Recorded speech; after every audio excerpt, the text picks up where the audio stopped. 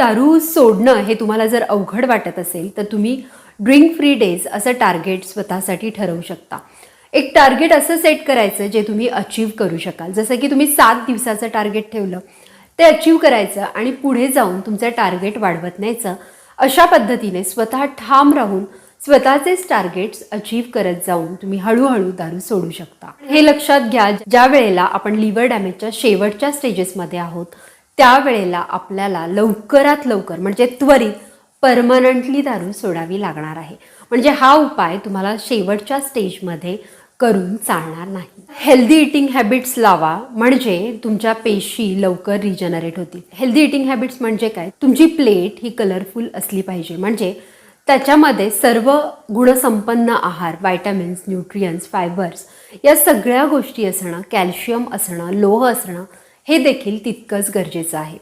म्हणूनच रंगीबेरंगी फळं, व्हिटॅमिन सी युक्त फळं या गोष्टी कटाक्षाने तुमच्या आहारात ठेवणं गरजेचं आहे. हिरव्या पालेभाज्या खाणं तुमच्यासाठी अतिशय आवश्यक आहे. याच्यामध्ये मेथी आणि पालक महत्त्वाची आहे, ज्याच्यातून तुम्हाला खूप सारे फायबर्स मिळणार आहे. लिव्हर खराब होत असेल तर येल्लो म्हणजे पिवळ्या आणि लाल रंगाची फळं जसं की लिची, स्ट्रॉबेरी, संत्र, मोसंबी या सगळ्या गोष्टी, गाजर हे सगळं तुमच्यासाठी खूप आवश्यक आहे. धान्य खाताना म्हणजे अगदी चपाती भाकरी खाताना सुद्धा होल ग्रेन म्हणजे सालीसकट धान्य खाण्याचा प्रयत्न करा.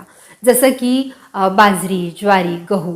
आणि ज्या वेळेला तुम्ही पीठ मळता, कणिक मळता त्यावेळेला तुम्हाला हे पीठ चाळून घ्यायचं नाहीये तर कोंड्यासह ते मळायचं आहे. प्रोटीन घेताना मांसाहारापेक्षा शक्यतो तुम्ही प्लांट प्रोटीन म्हणजे झाडांपासून मिळणारं प्रोटीन जसं की सोयाबीन, डाळी, कडधान्य याच्यावर भर द्या. हाय प्रोटीन आणि हाय कॅलरी अन्न तुम्हाला लिव्हर रिजनरेट करण्यात मदत करणार आहे. तुमच्या हायड्रेशनकडे म्हणजे तुम्ही स्वतःला किती हायड्रेट ठेवताय, पाणी किती पिताय, रिक्वायर्ड अमाऊंटमध्ये तुम्ही पाणी पिताय की नाही हे सगळं बघणंही तितकंच महत्त्वाचं आहे. आपण दिवसाला किती प्रमाणात पाणी प्यायला पाहिजे यावर एक छानसा व्हिडिओ चॅनलवर आहे, तो देखील नक्की बघा. लिव्हर सिरोसिस जरी इरिव्हर्सिबल असला तरी हे तुमच्या लक्षात आलंय की फॅटी लिव्हर आणि हिपॅटायटिस या 2 स्टेजेस रिव्हर्सिबल आहेत.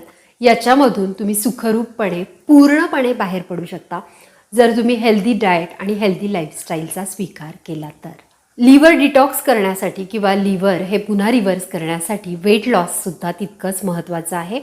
आणि वेट लॉससाठी योग्य एक्सरसाइज, व्यायाम करणं, योगा करणं हे तुमच्यासाठी अतिशय महत्त्वाचं आहे. तसेच तुम्हाला जर ओव्हर द काउंटर मेडिसिन्स घेण्याची सवय असेल, अँटासिड्स घेतले किंवा पॅरासिटामॉलच्या गोळ्या घेतल्या, हे सगळं असेल तर हे त्वरित थांबवा. डॉक्टरच्या प्रिस्क्रिप्शनशिवाय कुठलीही गोष्ट करायला जाऊ नका. अननेसेसरी टॉक्झिन्स हे लिव्हरसाठी अतिशय हार्मफुल